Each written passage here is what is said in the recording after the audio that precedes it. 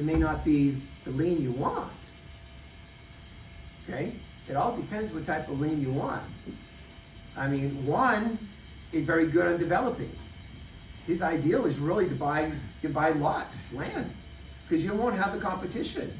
Hedge funds don't want that. Yeah. Okay?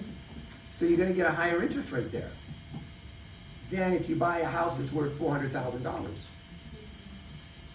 for that situation. Okay? That's the key. Okay, next one.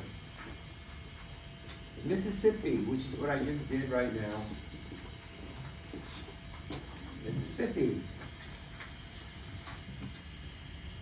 What type of interest rate do they pay in Mississippi usually by county? Anybody know? Nobody? Okay. Pay you 18%.